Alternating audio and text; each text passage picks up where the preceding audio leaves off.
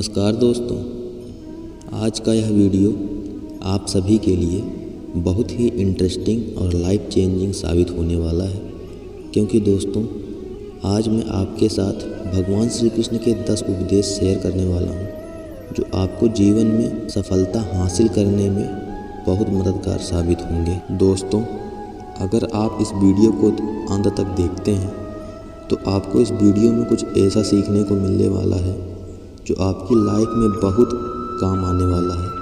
इसलिए इस वीडियो को अंत तक जरूर देखिए। भगवान श्री कृष्ण का पहला उपदेश।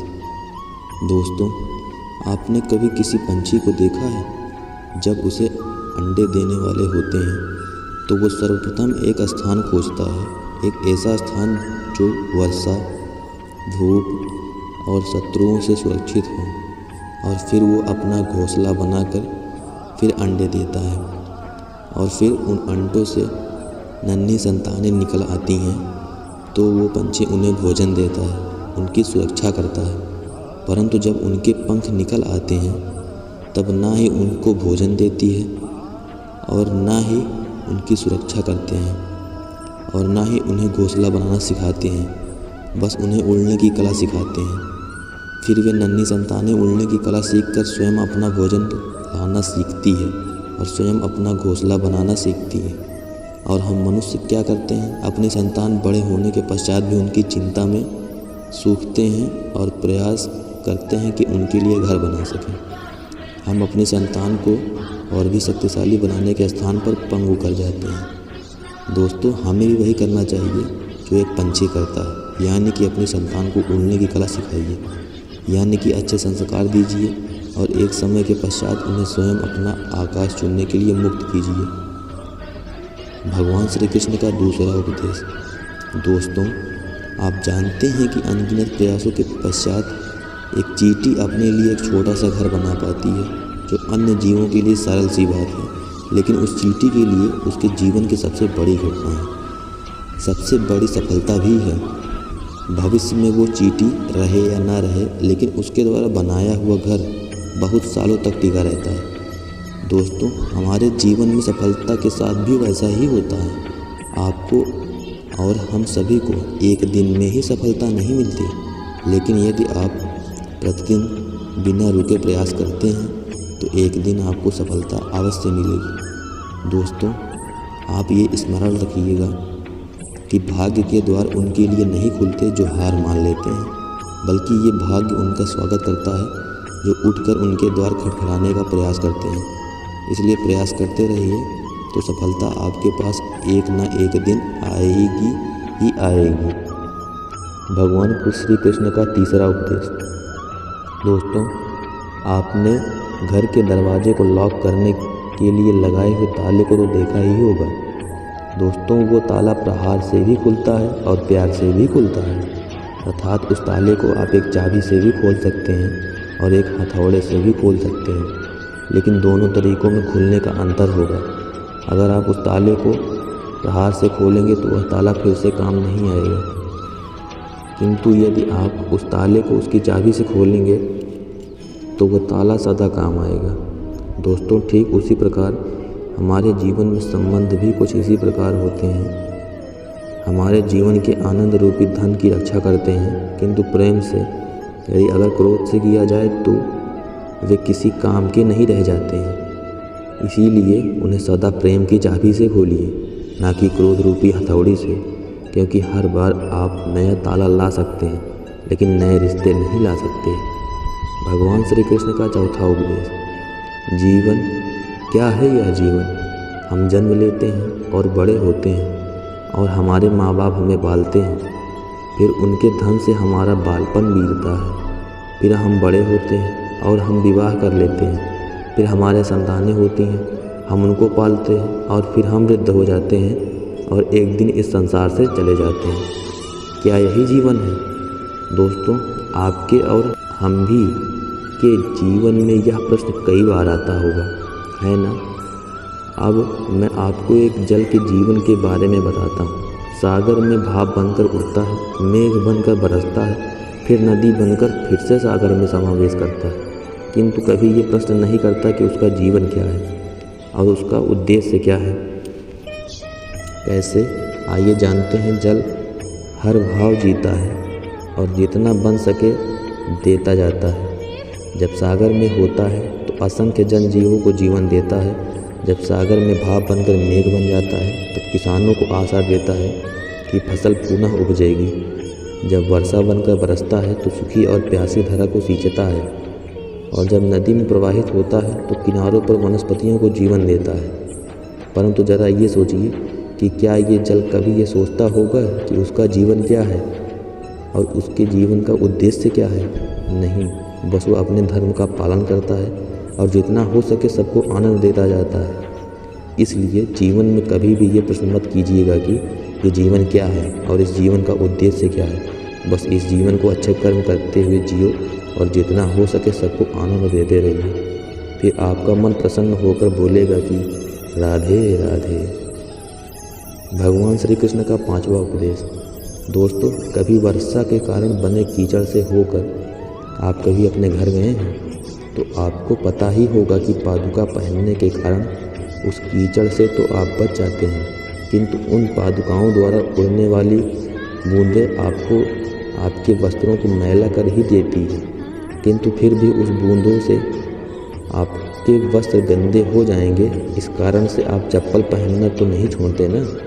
ठीक इसी प्रकार जीवन में कुछ ऐसे लोग भी आते हैं पादुका की भांति, जो आपको कीचड़ से तो बचा लेते हैं लेकिन वस्त्र रूपी आपके मन पर शंका के दाग लगा ही जाते हैं। इन लोगों के कारण से मन को खिन्न करने की आवश्यकता नहीं है, बल्कि आवश्यकता ही है यह सोचना कि आपको आपके पाँव कीचड़ से बचाने हैं या आपके वस्त्र। अर्थात हमें हमारे जीवन में गंभीर होना अच्छी बात है, लेकिन अगर आप हर बात को गंभीरता से लोगे तो इस जीवन का आनंद समाप्त हो जाएगा। दोस्तों, ये संसार अनित्य है, यानी कि यहाँ पर ऐसा कुछ भी नहीं है जो सदा के लिए जीवित रहेगा। इसीलिए दोस्तों, श्री कृष्ण कहते हैं कि जब तक ये जीवन है तब तक आप संतोष और आनंद से जिए। स्वयं पर छिटकने वाले कीचड़ पर ध्यान न दें, बस आनंद बांटते रहिए। फिर मन प्रसन्न होकर बोलेगा कि राधे राधे। भगवान श्री कृष्ण का 6वां उपदेश।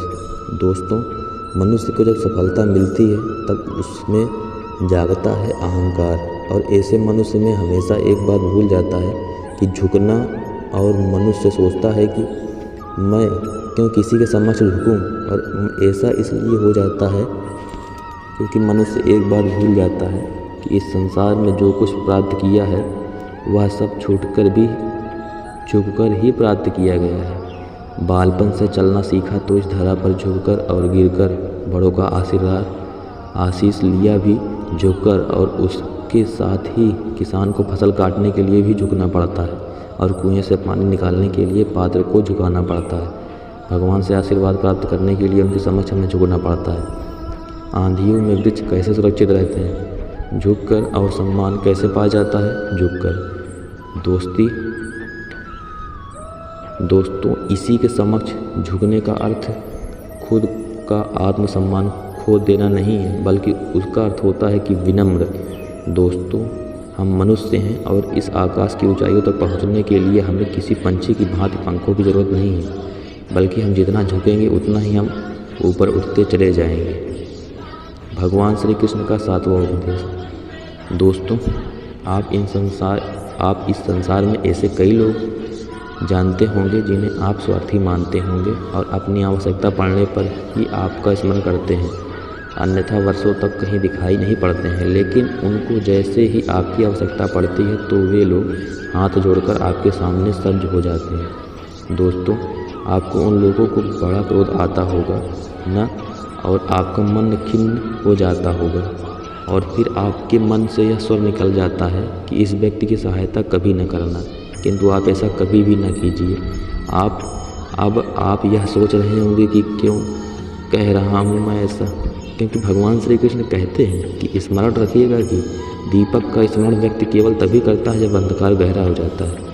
इसलिए उस व्यक्ति को स्वार्थी मानकर खुद व्याकुल न होइए, बल्कि स्वयं को दीपक मानकर आनंदित होइए और खुद को भाग्यवान समझिए, क्योंकि किसी को ज़रूरत पड़ने पर आपकी याद आती है और आप इस संसार में किसी की सहायता करने के योग्य हैं। इस जीवन में किसी कि स्वार्थी होने से स्वयं का दृष्टिकोण ना बदले। बस ये दृष्टि रखिए स्वयं के परमार्थ पर, फिर प्रसन्न होकर बोलेंगे कि राधे राधे। भगवान श्री कृष्ण का 8वां उपदेश।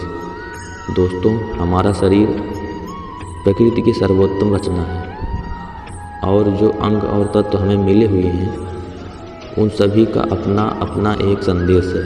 क्या है वो संदेश जो हमें हमारे अंगों और तत्वों से मिलता है? जानने के लिए वीडियो में अंत तक बने रहिए। दोस्तों, हमें 2 आँखें दिए हुए हैं और देखने के लिए 2 कान दिए हुए हैं, सुनने के लिए 2 नथुने दिए हुए थे, सांस लेने के लिए 2 हाथ दिए हुए हैं और दोहरा परिश्रम करने के लिए, लेकिन जीभ केवल एक ही दी गई है। उस पर भी नकुले बलिष्ठ दांत दिए हुए हैं उनकी रक्षा के लिए, क्योंकि शब्द और शब्दों का उपयोग मनुष्य का सबसे बड़ा शस्त्र है, जिसका उपयोग जितना सोच समझ कर किया जाए उतना ही मनुष्य अपने जीवन भर ऊपर उठता है। इसलिए दोस्तों, देखो, सुनो, समझो अधिक लेकिन बोलो कम, फिर आपको सफल होने से कोई नहीं रोक पाएगा। भगवान श्री कृष्ण का 9वां उपदेश। दोस्तों, इस संसार में सबसे अधिक शुद्ध माना जाता है गंगा जल को। कभी आपने सोचा है कि क्यों? क्योंकि गंगा जल का आविर्भाव ही शुद्ध होता है और उसका जन्म शुद्ध होता है। जहाँ से उसका प्रारंभ होता है वो शुद्ध होता है। प्रारंभ का शुद्ध होना अति आवश्यक है। दोस्तों, हमारे जीवन में प्रारंभ होता है हमारे विचारों से, इसलिए हमेशा अपने विचार शुद्ध रखिए, क्योंकि इन विचारों से बनते हैं आपके शब्द। आपके शब्द शुद्ध रखिए, क्योंकि इन शब्दों से आपको कार्य संपन्न होते हैं। आपके कार्य शुद्ध रखिए, क्योंकि आपके कार्य आपका स्वभाव बनाते हैं और स्वभाव से बनती है आपकी आदतें और आपकी आदतों से बनता है आपका चरित्र। और ये चरित्र संसार के समक्ष आदर्श के रूप में आता है, लेकिन विचारों से आदर्श तक की ये यात्रा तभी शुभ होगी जब आपके विचार शुभ और शुद्ध होंगे। इसलिए इस जीवन में और संसार में अगर आपको सफल और कामयाब इंसान बनना चाहते हैं तो अपने विचार शुद्ध रखिए, फिर आपका मन प्रसन्न होकर बोलेगा राधे राधे। भगवान श्री कृष्ण का 10वां उपदेश। दोस्तों, यदि मैं आपसे पूछूं कि दूध और माखन इन दोनों में संबंध क्या है तो आप कहेंगे कि ये तो सरल सी बात है, दूध से ही तो मक्खन बनता है। और यदि मैं आपसे पूछूं कि इन दोनों में अंतर क्या है तो कोई कहेगा एक तरल है दूसरा ठोस, तो कोई कहेगा कि एक जनक है दूसरा उसकी संतान। नहीं, इन दोनों में अंतर है शुद्धता का, क्योंकि माखन दूध से कहीं अधिक शुद्ध होता है। दोस्तों, इस बात को कुछ इस प्रकार समझा जा सकता है। यदि कोई कीट आकर उस पात्र में गिरे जिसमें दूध रखा हुआ है तो आप उस समय क्या करते हैं? आप दूध को फेंक देते हैं। लेकिन यदि कोई कीट आकर उस पात्र में गिरे जिसमें मक्खन रखा हुआ है तो आप क्या करते हैं? तो उस कीट को निकाल कर फेंक देते हैं, क्योंकि वो कीट मैला और दूषित है। लेकिन उसी प्रकार यदि हमारा मन निर्मल ना हो तो विचार रूपी ये कीट हमारे मन को दूषित कर देगा। लेकिन यदि हमारा मन माखन के भांति शुद्ध हुआ तो आपके मन में ठहरे हुए कुविचारों को स्वयं से ही मन से बाहर जाना होगा। इसलिए हमेशा यह स्मरण रखिएगा कि इस संसार में कीट तो रहेंगे ही। अब आपको दूध बनना है या मक्खन, ये आपका निर्णय है। दोस्तों, सफलता दिलाने वाले भगवान श्री कृष्ण के 10 उपदेश अगर आपको पसंद आए होंगे और आपके लिए उपयोगी साबित हुए होंगे तो नीचे कमेंट बॉक्स में राधे राधे लिखना ना भूलें और उसके साथ ही अपने दोस्तों को ये वीडियो ज़रूर शेयर कीजिए।